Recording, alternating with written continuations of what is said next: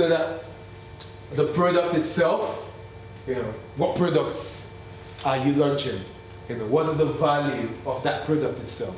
You know, what is the substance of the product itself?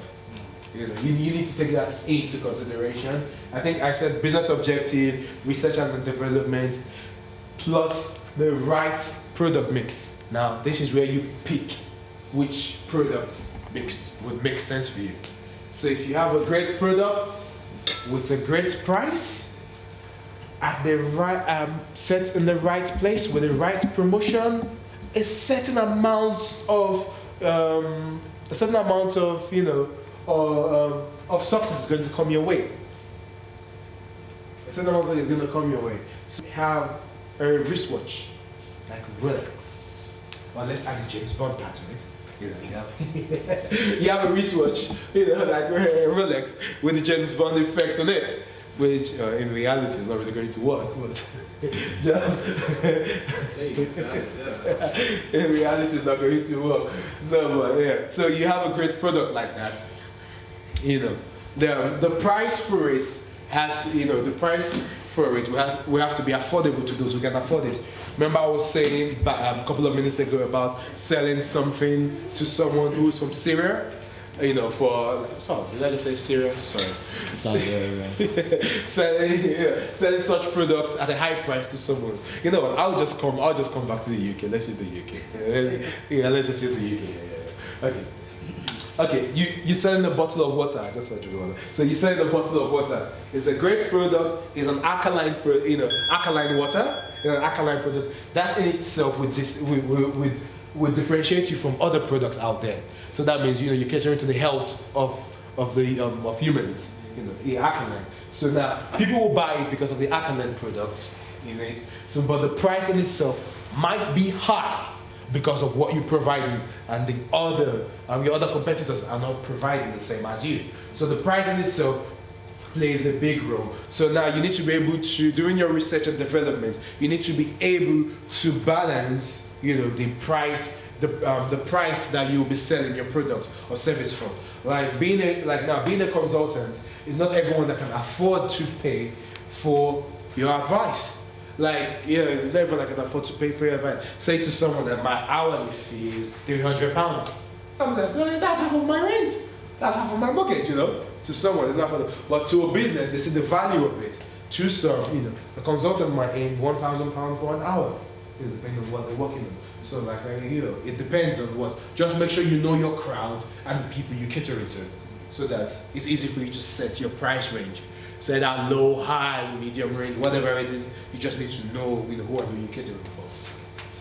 And then you have place. You've heard that saying, being at the right place at the right time in order to get favors. Yeah, same principle goes to business. You know, you have to be in the right place to launch your product in order for it, you know, to be successful. And now we have the internet, which allows for such. You know, the internet itself is a place. Yeah, it's a virtual space, you know, with unlimited, you know, potentials in what you can do and how you can do it. You know, you can even launch all your product online. You just have to deal with other competitors online. But if your product is on its own, you know, special, there's a form of differentiation to your product. The price is reasonable to them, to whosoever is buying it, then, and you have it in the right place, you'll be good. You know, if you have it in the shop, in the supermarket, you'll be good. You know, the right place. You know, like, you know, I cannot launch a goosey soup package. A goosey soup is an African soup. It's an African soup. It's good. It's good for your body. It's got the right nutrients in it. I cannot launch a goosey soup in somewhere like I cannot launch a goosey soup in somewhere like, let's say Waitrose.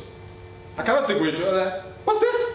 What's this thing? They might not understand what it is, but you know, but I can have my own shop. I think we have tasties now. We have tasties. You know, tasties that do a good soup for you. Like when you finish eating, you know you've eaten a good food, and with the fufu or so. So you know, it allows you to walk real good. I'm just playing about this. The idea of what I'm saying, you know, you must launch in the right place, and that leads us to promotion. Now, promotion itself again, promotion itself is a sub aspect of advertising. Yeah. If you want to get your product out there, you have to make lots of noise. The noise itself is the promotion. Now, promotion comes in different ways and different tactics that you can use. You can use social media. You can use word of mouth, depending on the resources you have. You can use traditional media. The radio, the TV station, the posters. You can use that. All of that works in betterment to executing your M&A strategy, getting it out there. So, and we jump up to the next phase of this. We're almost coming to an end of it now. Don't worry, this will be over, so no more torture. So we jump to advertising. Advertising is to increase awareness and retain customer attention.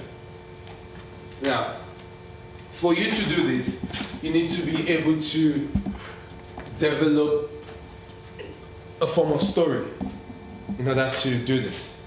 Now, here I say man is thoughts.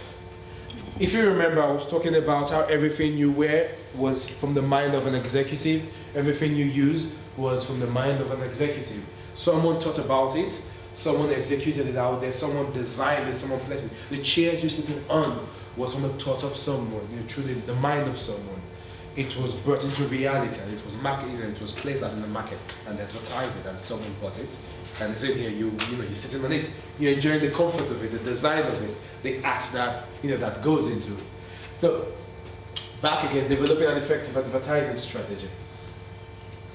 Now, if you're launching a product into an advert, let's just stick with advert. If you're advertising something, you need to understand, the emotional and psychological state of the people, so that you can appeal to them. For everything you see has to be appealing to the people. The emotional state, you must be able to key in into the emotional appeal. You must be able to key in into the psyche, or their psyche thoughts. The way they think, the way they present themselves, the way they see themselves.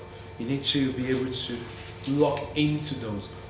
Or better, be able to create it for them, so as to be able to create that market for itself. Organization of behavior. Okay, that's the subculture. Organizational behavior. Yeah. So now, now, the advertising strategy. Now, you need to think of the target audience, the message, the problem being solved, the brand identity itself, and differentiation. Now, if we use, I don't know, I just like to talk about my Afrobeats people very well. I just enjoy them. Well, I think they're not yet great, but they're coming up. So they would be a good, great case, a great case. So now the target audience, Africans. The message is, the same is celebration. The problem being solved. The problem being solved, I don't really know what the problem there is being solved, but I think the problem being solved is maybe coming as well. Yeah, well, yeah. Let's be candid about it. Okay, every form of entertainment is an escape from boredom. Yeah, but okay, but now let's be more nice to it. They're creating an atmosphere for networking. For you to meet one another, for you to communicate. They're creating a community, a sense of belonging. There we go, yeah. They're creating a sense of belonging, because everyone comes from different parts of walks of life. Different parts of walks of life, they all convey on that one house for that night. And they tend to connect with their passion, with what they see. The brand identity, what the brand stands for, then differentiation. So if we use Sainsbury, no, okay, now, okay. I'm going to, after this, I'm going to show you something, but let me talk about it before I show you. When the Christmas time, you see those, subtle adverts, they're really gentle, nice. It's like they're appealing. They're more, they have a movie feeling to it. There's happiness. There is happiness to it. There is joy. There is a form of expression to it. Yeah. They know their target audience. They know the message they send that they're sending that. They want you to come buy from them, but they tell you that look, we're providing this surreal, emotions for you. You can feed your family through us for better, for less. We have Tesco, we have the club cards. You get points, you get money back. The problem being solved, there's a problem being solved. You can buy your food from us for a lower price. You don't have to spend too much money on your food. You can eat and live well for less. There's the brand identity. What they stand for health. They stand for health. They provide good food. Not every time, but and, they differentiate themselves through the image and sound. Now, in the next page, I will show you that the image and sound, the way they present this, the advert to you, it has to be appealing to you. The image itself, the tone, the personality it takes on when it's been shown to you. So these things in itself forms the framework in which that you buy into it, and in which for you to sell, in which for you to sell and create your advert. So you just make sure you take these things into consideration while you creating one of your advert. Ooh.